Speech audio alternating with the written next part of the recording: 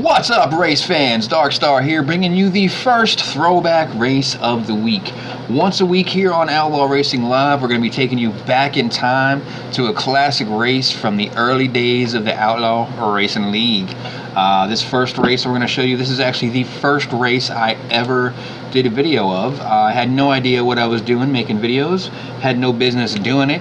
I could barely operate the theater controls in Halo Reach. But I did it anyway, and look at us now. We own you. But seriously, guys, let's get right to the race. This was a classic race on the track Sidewinder. So let's get right to it. All right.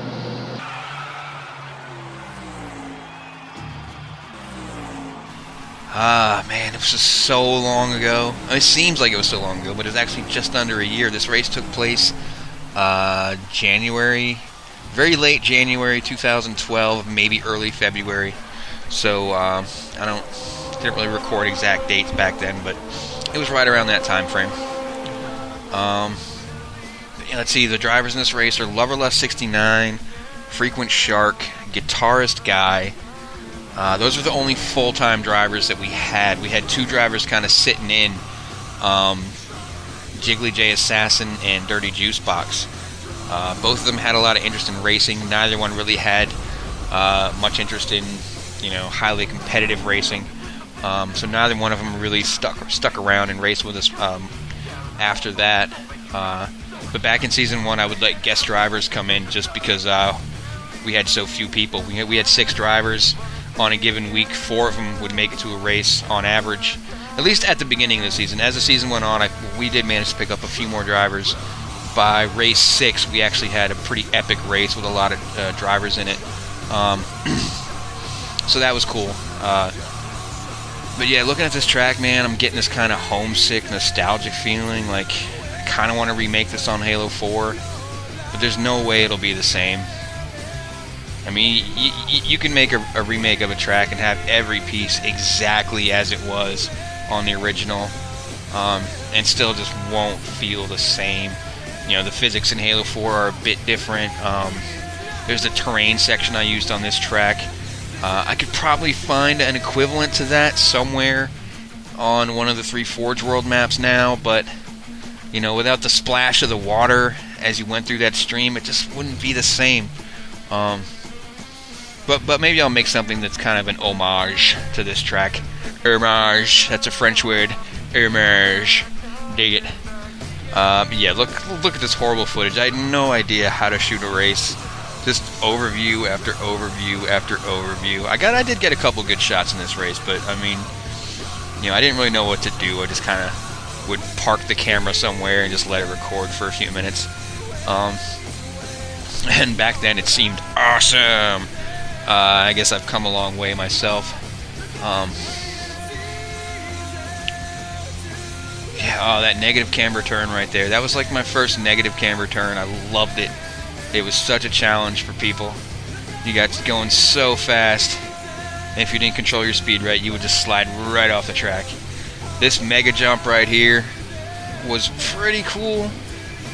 You could get some pretty inconsistent landings on it. I found that I'd actually let myself fishtail a bit on the turn before to bleed off just a little bit of speed, which would help me get a landing close to the top of the ramp and carry a lot of speed, because you could kind of clear the whole landing area and get a flat landing and come to a dead stop there. There's the baby jump. That was Loverlust 69's nemesis, the baby jump. I believe he was the first one to call it the baby jump too, because it was just a baby jump. Here it is. Nah. Good times. Good times. This is where, it started to turn into a race. Here comes Jiggly and Frequent Shark. Finally right behind him. Frequent, just a disaster. Jiggly holds on for a bit longer. Oh, can't hold his speed together. And so much for it turning into a race. Man, those were good times. Good times. But, yeah, this was Loverlust 69's first win in Season 1. He would go on to win every single race for the rest of the season after this, I believe. The first No, actually, I guess Captain Slayer had the first winning streak. He won the first 3 races, and then Lover Lust 69 won the rest. Now, Lover Lust 69, he was part of one of the first ORL racing teams called Riders of the Apocalypse, ROTA. Their big nemesis was Team Puppin Suds, which was Captain Slayer, Fire Viper, and Frequent Shark. Man, those are the days. And then Casey Congo and Liquid Ghost joined. And shortly after that, everyone's favorite manager, X-Rains, joined. And they formed up Team Ninja Hat, which didn't last very long. We'll get into that as we get into some Season 2 races. But those were the first teams of the ORL, Riders of the Apocalypse, Team Puppin Suds, and Team Ninja Hat. Man, I believe Casey Congo's first race was race number 6 on Outlaw Motor Speedway, and we'll be showing you that race in the next week or two here. We'll be bringing you these throwback races every Thursday, just kind of little league history for you guys. But there's the finishing results of this one. GTV Sports Production, that's priceless. Yeah, we used to be part of this gaming community called DIY. That's how Outlaw Racing started. I'll get into some more details on that in future videos, but that's pretty much it, you guys. Thank you so much for watching. Please give us a subscription to the new channel, like, favorite. We really want to build this channel up and make it great, so we need your help to do that. So thanks for watching, guys. Darkstar out. Peace.